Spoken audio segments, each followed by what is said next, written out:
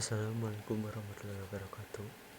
Di sini saya akan menyampaikan pembahasan tentang algoritma, array, dan min-sort. Sebelumnya saya izinkan memperkenalkan diri. Nama saya Irsyadus Niakila. Prodi saya Teknik Informatika IFD 3, dan saya berkuliah di STMIK Merdeka Indonesia. Pembahasan satu yaitu algoritma. Pada dasarnya, algoritma merupakan deskripsi proses untuk mengerjakan sesuatu yang disusun dalam sederet aksi.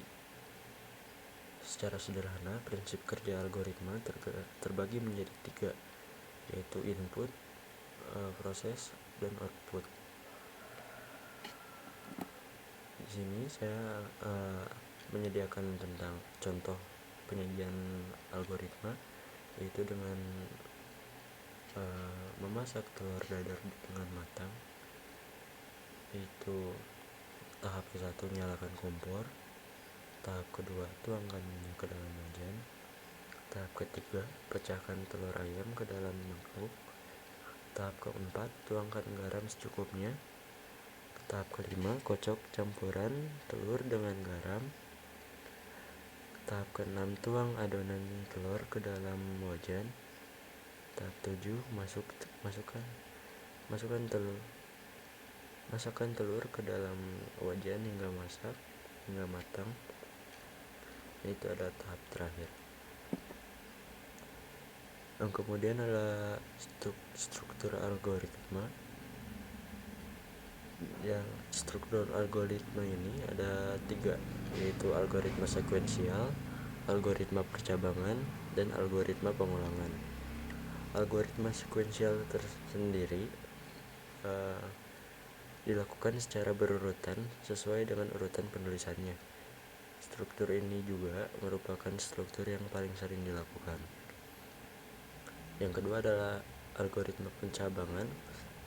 Algoritma percabangan merupakan suatu kegiatan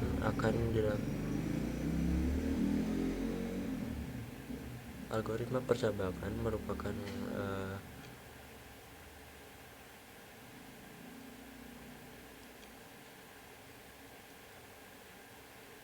algoritma percabangan. Dalam kehidupan sehari-hari, ada kalanya suatu kegiatan akan dilakukan dan tidak akan dilakukan. Jadi kegiatan yang akan dilakukan tergantung situasi tertentu. Berikutnya ada algoritma pengulangan.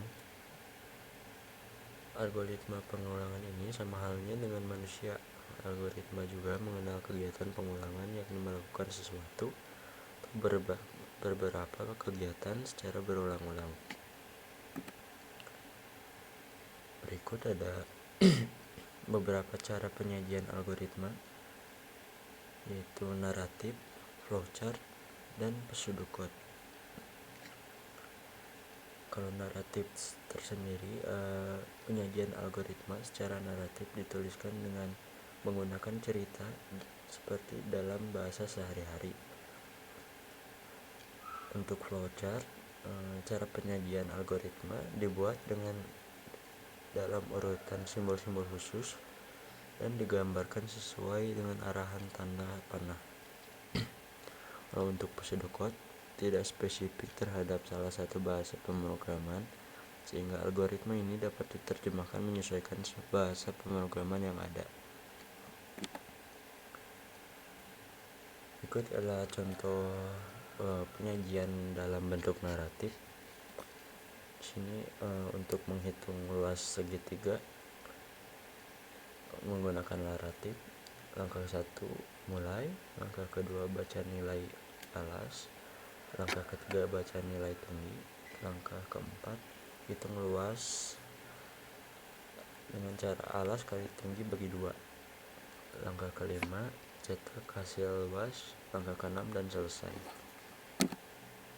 Berikut ada penyajian dengan cara flowchart. Di sini ada simbol-simbol dan tanda panah untuk arahan. ada simbol-simbol untuk makna tersendiri, seperti simbol mulai itu tahap awal, dan simbol jejar genjang itu untuk penginputan, dan untuk simbol persegi panjang itu untuk proses. Berikutnya ada penyajian menggunakan pseudocode. Di sini untuk sekilas terlihat seperti pemrograman bahasanya. Di sini ada input alas dan input tinggi, lalu luas sama dengan alas kali tinggi bagi 2, dan langsung keluarkan output luas. Meskipun ketiga cara penyampaian tadi berbeda, hasil algoritma yang akan diberikan tetap sama. Maka dari itu tidak ada aturan yang menyatakan harus menggunakan penyajian tertentu. Pembahasan 2 yaitu mengenai array. Array sendiri adalah sekumpulan variabel yang memiliki nama atau dan tipe yang sama dengan yang lainnya. Juga bisa diartikan sebagai sekelompok data sejenis yang tersimpan di dalam variabel dengan nama sama. Maka dari itu, untuk dapat membedakan antara array satu dengan lainnya dapat dengan memberikan indeks pada masing-masing variabel tersebut. Di sini ada struktur yang paling dasar. Dalam menyusun fungsi array terdapat 3 struktur yang paling mendasar, yaitu kumpulan data dengan tipe yang sama yang jumlah tertentu, akses setiap elemen menggunakan indeks, disimpan pada tempat yang saling bersambungan atau berhubungan.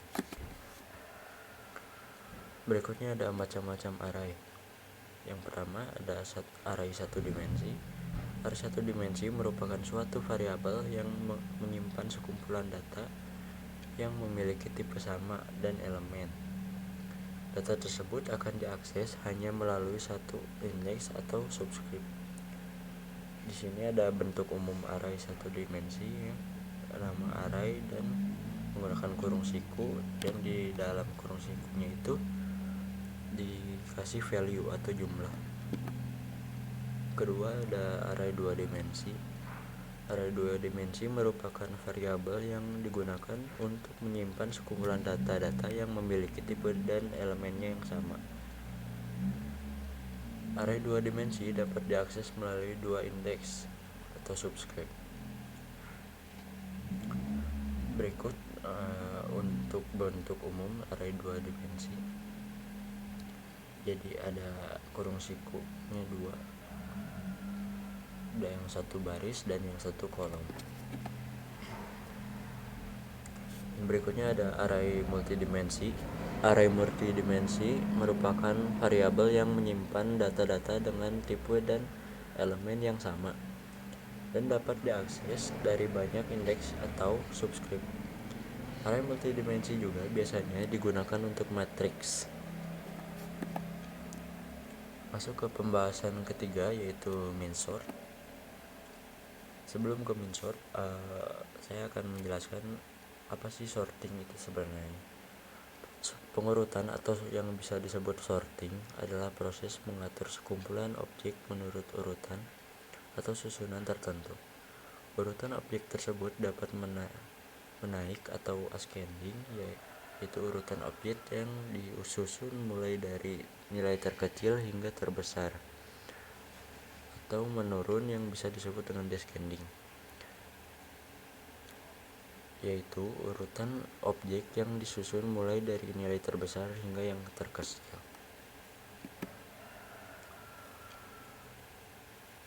Di sini ada min-sort atau yang disebut dengan minimum sort, merupakan sebuah metode pengurutan dengan cara mencari nilai terendah di dalam sebuah array. Metode ini mengurutkan data nilai dari yang terbesar hingga yang terkecil. Di sini ada contoh soal untuk min-sort sendiri. Di sini ada data dan indeks. Datanya itu 14, 21, 77, 20, 17, 32 dan 7. Untuk pas 1 atau proses ke 1, yaitu di sini ada proses penukaran dan hasil akhir. Untuk min sort biasanya dimulai dari arah kanan, dan kebetulan arah kanan itu udah 7 dan itu udah paling terkecil, maka 7 akan dibiarkan di kanan. Dan maka dari keseluruhan tersebut carilah yang terkecil lagi. Di situ ada misalkan 14 dan 32 itu ditukar, jadi 32 di kiri, 14 di kanan. Jadi hasil akhirnya seperti ini.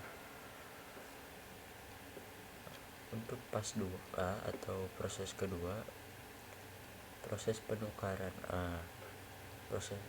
proses kedua ini mencari lagi ke yang terkecil. Nah, misalkan ini 17 sudah yang terkecil, jadi 7, 14, 17, 20, dan di sini 77 itu terbesar. Jadi 21, dan di sini cari lagi yang terkecil 21 ditukar ke 77, 21 ditukar ke 77, jadi mendapatkan hasil akhir di sini.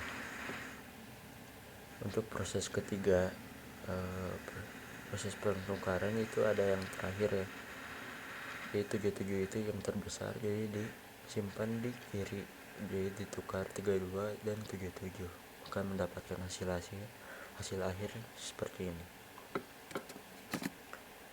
Sekian dari pembahasan saya, mohon maaf bila ada kekurangan.